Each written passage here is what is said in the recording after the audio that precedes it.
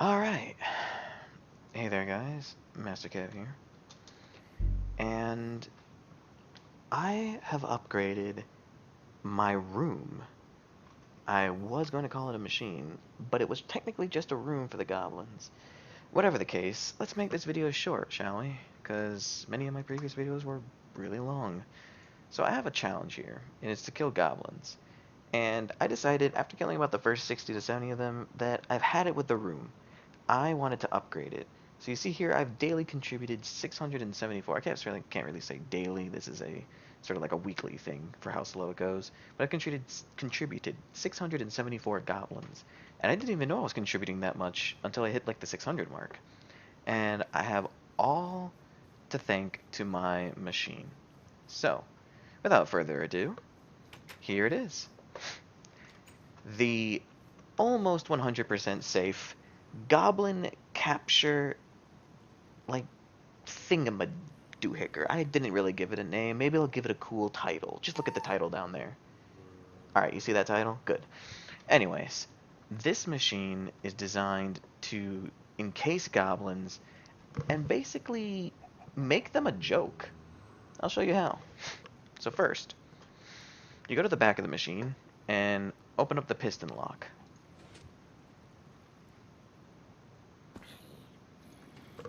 Now with the zombie inside the room, you have free reign to kill him.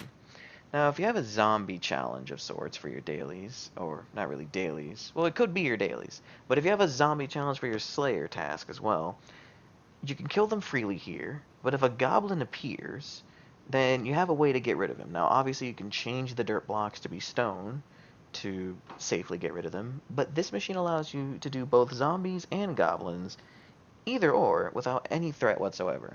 Or I guess there is a little bit of threat because there's always a risk with goblins, but this machine minimizes that threat heavily. So, when you walk over this trap door, it triggers the tripwire here, which allows you to walk over no matter what. This tripwire is set one block above the ground so that baby zombies, aka goblins, can't trigger them. This is the first mechanism. The second mechanism is this pressure plate. Once this pressure plate is flicked, that trap door opens no matter what, and this door shuts. This ensures, no matter what, that if the zombie runs at you, he falls into the trap door. Guaranteed. But you don't have to use that. You don't really have to use this, but if you just want to feel safe, you can run back to it. And if you also want to build your own machine like this, I would suggest putting a backup, just so you can feel 100% safe. So, without further ado, let me just summon a goblin or two. I did not even mean that to rhyme. I am Dr. Seuss. Anyways. You kill zombies until you hear that the wolf has died to your sword. Now, I'm using Strength Aura with a Sharpness 3 Death Sword, so it shouldn't take too much to kill the wolf.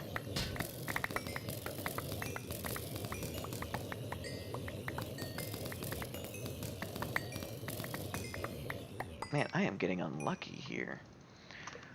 When you hear the wolf die, by the way, you have about 2 to 3 seconds to get out of the room. So, you know, bear that in mind. You don't want to be too slow, but you have some time.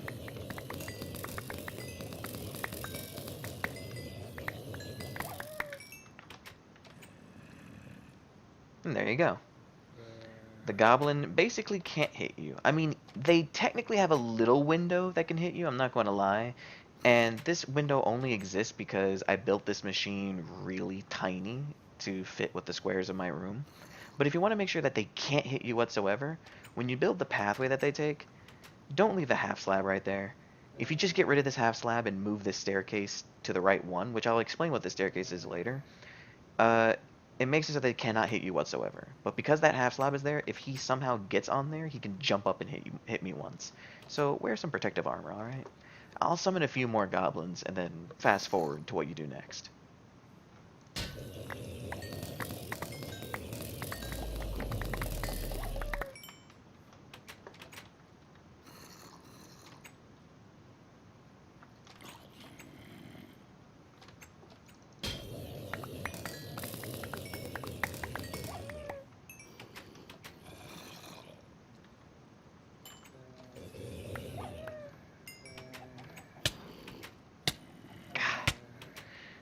can't stick too close.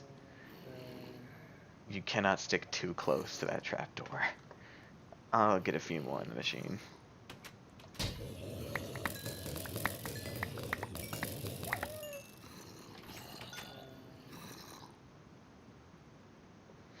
Okay. I think that's an adequate amount of goblins to show what this machine can do. So, an idea flew through my head as I was doing this. If you want to make sure that the goblins can't hit you, you can make this tunnel deeper. I'm limited to how deep it can be. That technically, where they're sitting at right now, that is the deepest that I can make this before it goes underneath my platform and makes it look ugly. So, if you're not caring about looks and you don't have a pre-built platform like I do, by all means, just make it deeper and it'll be safe as well. Or you could just move the staircase platform to the right one. But anyways, now that you have all your goblins in the trap hole, some of them will probably eventually lead to here. Now, these goblins have sort of a pigman mentality, so when you smack one of them, they all run to you. And this is basically their downfall here. Because what you do is you just slaughter them. Don't get too close, so their little axe don't kill you. But you just slaughter them in this little room. Have fun killing them all, etc. with your Boston set or something. Come in here and then boop. There you go, all that good old loot. You got a pot of gold, some diamonds, challenge experience, etc. Now, again, if you want to make this machine 10 times safer and don't care too much about the looks, you can basically just move this and then take a few more of these right here. Oh, also, I've gotten a lot of goblin gear from doing this. I think I've gotten one chest piece, one pants, and one leggings from building this machine. So it's profitable if you care about goblin gear. But anyways, let me fix this up in the video too, just so you can see what I mean when it comes to making it even safe, even if you're cramped up like this. Why did I put those stairs away? Give me these stairs. So, you do like that, and you make sure, as you see there, I can't, you know, do that. So you basically just do this, and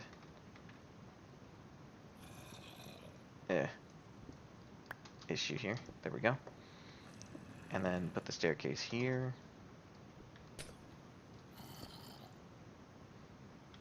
And you're good to go.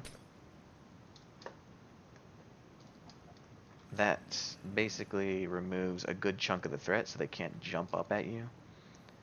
And let me just replace some of the glass.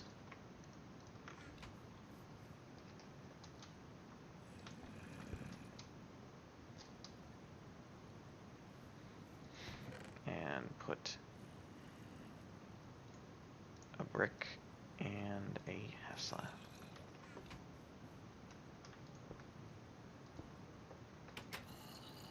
And there you go. And just to be extra safe, let's do a little stone brick right here.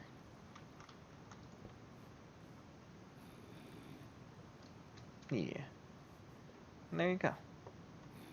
So after nonchalantly upgrading the machine a little bit and showing you the reason why I can't really expand this, that's the machine.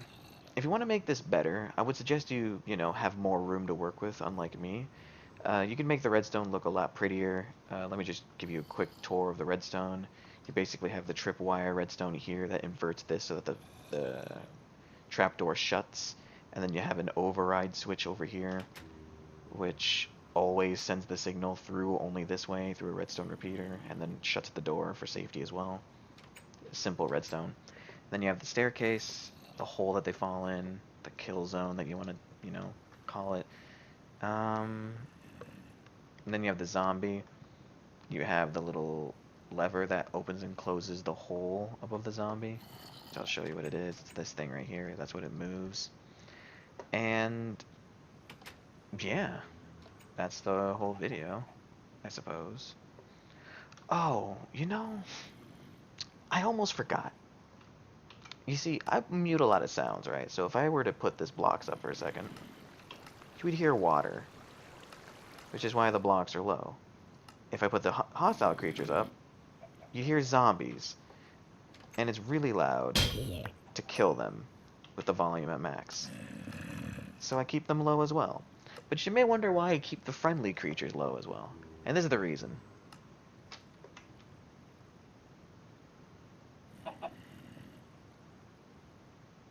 Did you hear it? It's a clucking noise. And you wonder why I care about that. Well, here's the thing. The more zombies that spawn in, when it gets to the 100 cap, which it's already passed, as you see there, it's 173, 175 now. When you get past the 100 mark or so, zombies tend to not want to spawn. The server tries to halt their spawn. But here's the thing.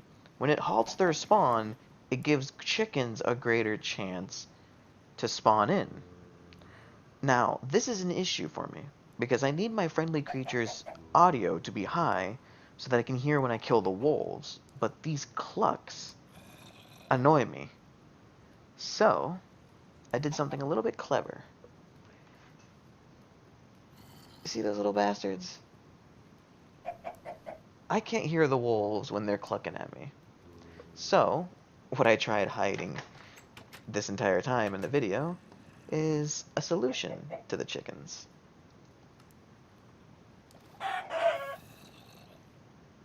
That sounds a lot better. And there you go. You can kill them anytime you want. In fact, you could leave this on if you want. But the issue is when you leave it on, the zombie spawners that are just above there, right in that room, the zombie spawner gets light. A lot of it, because the lava's right next to it. And it's sort of forced to be that way. I mean, you could invent some method to stop that from happening, you know, better water structure up there so you can move a piston without the water interfering because the server hates blocks being moved into water, etc. There's a lot of different ways you can do this. And this is the reason why I'm making this video, so you can make your own machine, such as this, and kill a lot of goblins. Make profit, you know? But in my machine, the chickens will cluck and keep clucking and pushing against each other at the water. And eventually they'll fall into this little hole. And all I have to do is just push this button, and the lava kills whatever gets trapped in that hole, and removes a lot of the clucking noises. Which in turn allows me to kill a lot of zombies. Here for the wolf. And escape. So, without further ado, as I open this pot of gold, thank you very much for watching. I'll try to make this outro short this time. Thank you very much for watching. I will see you in the next video.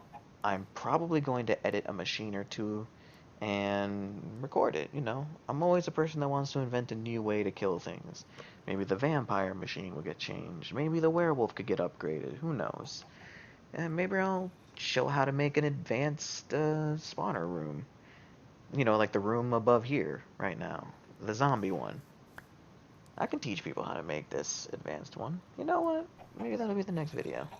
Anyways, thanks for watching.